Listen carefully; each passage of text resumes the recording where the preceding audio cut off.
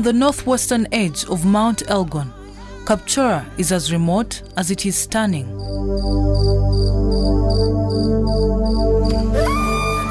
Kapchorwa is home to the Sabini-speaking people.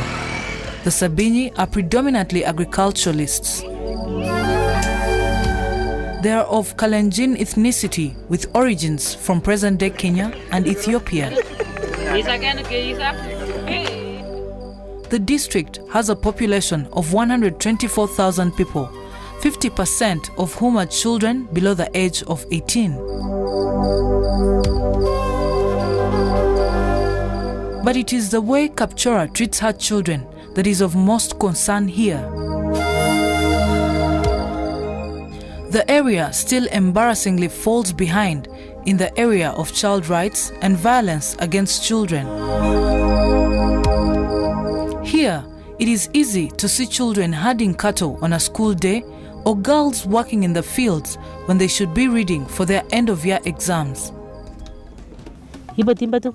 Children here rarely attend school. Parents prefer to keep them at home to work in the fields or graze animals. And why they do this is because they are ignorant of children's rights. Tradition here does not respect child rights.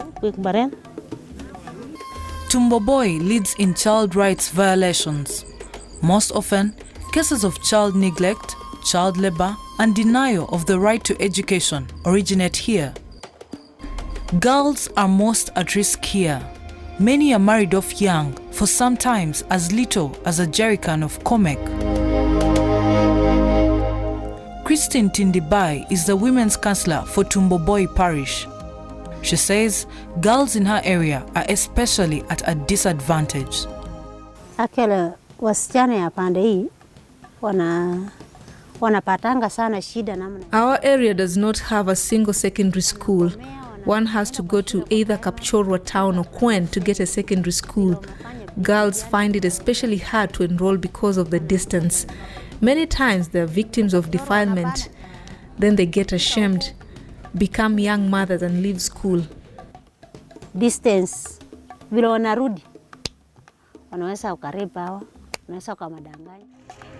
In Kaptanya sub-county, Action Aid is implementing the EVAC program, or the empowerment of children and their communities to address harmful traditional practices and violence against children in eastern Uganda. The 3-year project is being implemented in 4 districts of Kapchorwa, Queen, Bukwo, and Amdat. The program is funded by the European Union and implemented by Action Aid in partnership with child-centered civil society organizations and district-based partners. So we are using a multiple approach of working with parents, sensitizing them about the rights of their children, and trying to remind them of their cardinal responsibility of taking care of these children. But because we know that children have a right to education, then they spend most of their time in schools. We have interventions in schools and we operate child rights clubs in 40 schools in these districts to sensitize children about their rights and empower them to challenge rights violations they could be facing.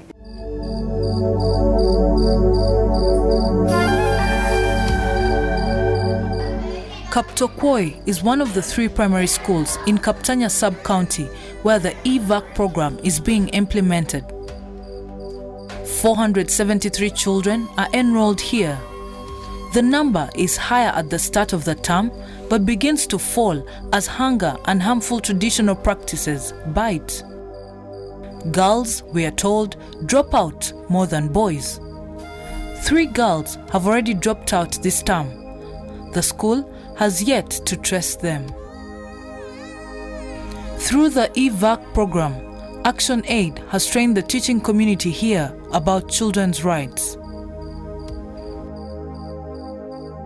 Training by Action Aid has really empowered us in one way or the other because we handle groups, many groups, like many stakeholders, the parents, and the parents would want more because most of the parents have become negligent and they don't understand the rights of the children. So they have empowered us. We are using now the training, the knowledge we got from Action Aid.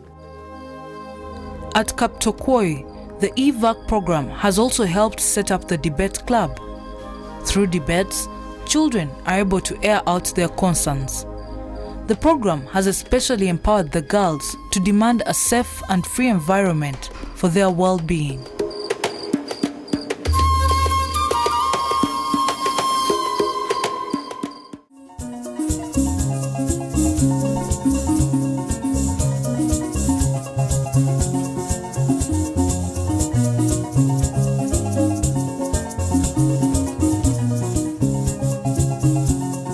Lira, capital of Lango sub-region. The town is at the level of a municipality with an estimated population of 150,000. It is northern Uganda's second biggest town, the first being Gulu. Here, Plan is leading the fight for children's rights through advocacy, information, awareness, and empowerment campaigns. Plan is currently implementing the Combating Silent Violence Against Children project with funding from the European Union. The first thing we have to know is that Plan is a child-centered organization, and therefore whatever approaches and programs that we do are centered around the rights of the children, protecting the children. And Plan has been in Lira district since 2007 and engaging in programs that ideally deal with addressing the rights of children from the different perspectives, and also as a means of supporting the parenting groups in terms of better ways and means of child protection. The Combating Silent Violence Against Children project is being implemented in 5 districts of Apak, Lira, Dokolo, Alebtong and Kole. Plan has partnered with Uganda Women's Parliamentary Association, UOPA, Facilitation for Peace and Development, FAPAD, and LSIO. Lango sub-region is largely still recovering from war. Many areas are still awash with child rights violations. In a remote part of Akodwong village in a Dooku sub-county, Kwanya County, Apache district, we've come to see a grim case of child neglect. Aduku is one of the 2 sub-counties in Apache district where Plan is implementing the Combating Silent Violence Against Children project. Here, Plan is helping 67-year-old Joyce Akelo find justice for her 5 grandchildren. Their parents have abandoned them. Their father, her in-law, has threatened to violently seize the children from her. The children, aged between 13 and 2 years, are not attending school, and one of them is HIV positive. It started with their father denying responsibility for the first child. He then divorced my daughter, but he continued seeing her and fathering children with her. I'm a widow. The job of looking after them is overwhelming. I can't pay for their education or medical bills. I just want to take good care of them. Plan has sub-granted FAPAD to support child protection using existing formal and informal structures and policies. For this case, what we have done, we have held a family meeting, and it seems not to be ending. So the next step we are taking is to go to the police. So we have already informed the police, and the police will take from where we have ended.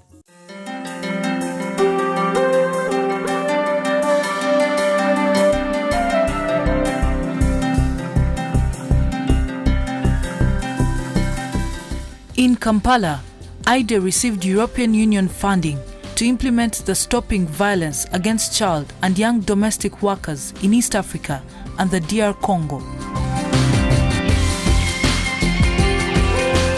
Nyakake Mariam is the project coordinator for IDAY. One of the activities that is carried out in this project is the legal and policy assessment, where they're going to analyze the existing policies and laws about domestic work. Then the second activity that's going to be carried out is going to be a survey. That survey is supposed to find out the plight of domestic workers at the moment. How are the domestic workers being treated? How many are they? What pushes them to get into domestic work, especially the children, because this is a project about mostly child domestic workers. In Uganda, IDAY has partnered with the African Network for the Prevention and Protection Against Child Abuse and Neglect, UNPCAN, to conduct the survey. Already, UNPCAN has completed the first phase of the survey, as its Executive Director, Ansel Mwandega, explains.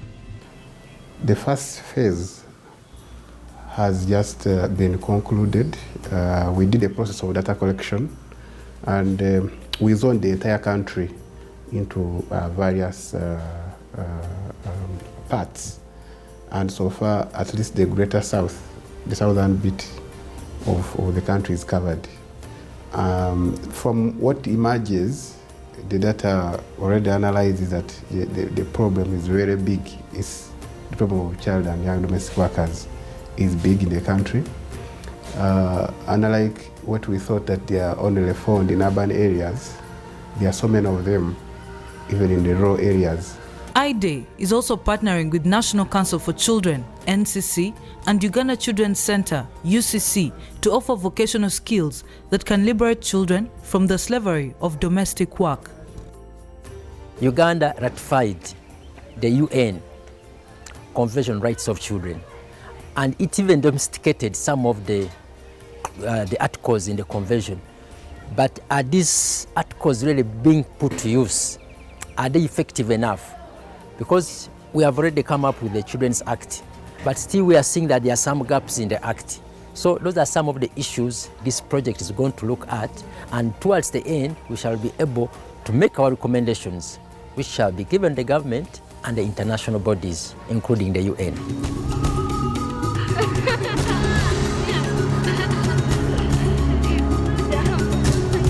In eastern Uganda, much of the violence happens in the rural areas, far from the critical eyes of activists and authorities. The abusers take advantage of the tough terrain to overwork and coerce children with impunity.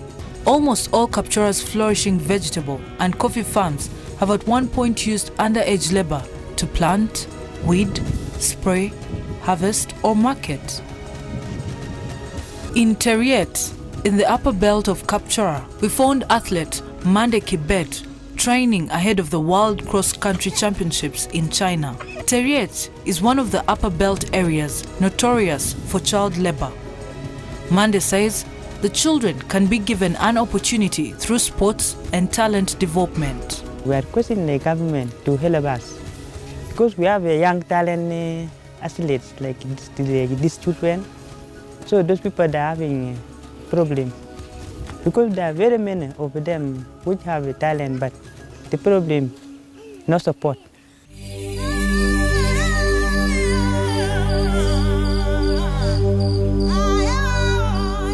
In Dooku Parish, on the fringes of a Dooku town council, a disgusting case of defilement.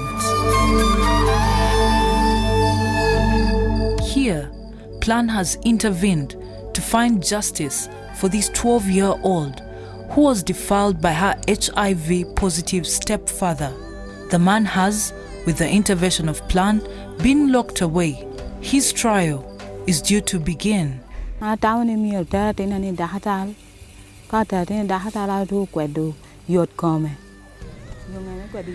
in-laws took over the case and have been hiding details from me. My girl is being stigmatized. Everyone despises her. They insult and provoke her at school, in the village, even at water sources. I want her stepfather to be jailed. If I'm just to look at the annual police crime report that was released in 2011, the cases that were reported were 7,065 cases. And remember, these are just the cases that are reported. Some of them go unreported because of the stigma and the clandestine nature of that particular vice. In 2012, the cases escalated to 8,067. Right now, when you go again by the annual police crime report 2013, the cases that were reported were around 9,538 cases of defilement. So this is a problem that has actually plagued our country, both within the family setting and the community setting. We subscribe to the convention by having, for example, government has established various legal provisions. We have the National Constitution of 1995 that caters for the protection of the child. We have the Children Act. We have policies like the National Child Labour Policy, whereby we carry out interventions with other partners in ensuring that we curb down the exploitation of the child and the young people, also like the youth. The European Union has over time been actively involved in promoting children's rights and ensuring the young generation is liberated from abuse and violence. Through partnerships with civil society organizations, the European Union is supporting nutrition, health, education, livelihood, and water and sanitation programs. Let's start with nutrition. 1 out of 3 children in Uganda is suffering from malnutrition. This means that in early childhood, the ability physically to learn is affected. That, of course, gives a very bad start in childhood. So nutrition, despite the fertility and agricultural potential of Uganda, is a problem and must be addressed. So that is one. The second area I would want to point to is education. Obviously, youth and childhood is the most creative part of a person's life. This is when you acquire not just knowledge and skills, but also hope, creativity, energy for a difficult economy and making it in the world, get your first job. And there, Uganda has made progress in terms of enrollment rates, getting children to school, but certainly here challenges are also very, very high in what remains to be done. One is quality of education, where my impression is that the skills that are necessary to get a job, it's not necessarily something you learn in school. It's something you learn in the informal sector, on the street, but not necessarily in school. So quality has to be addressed.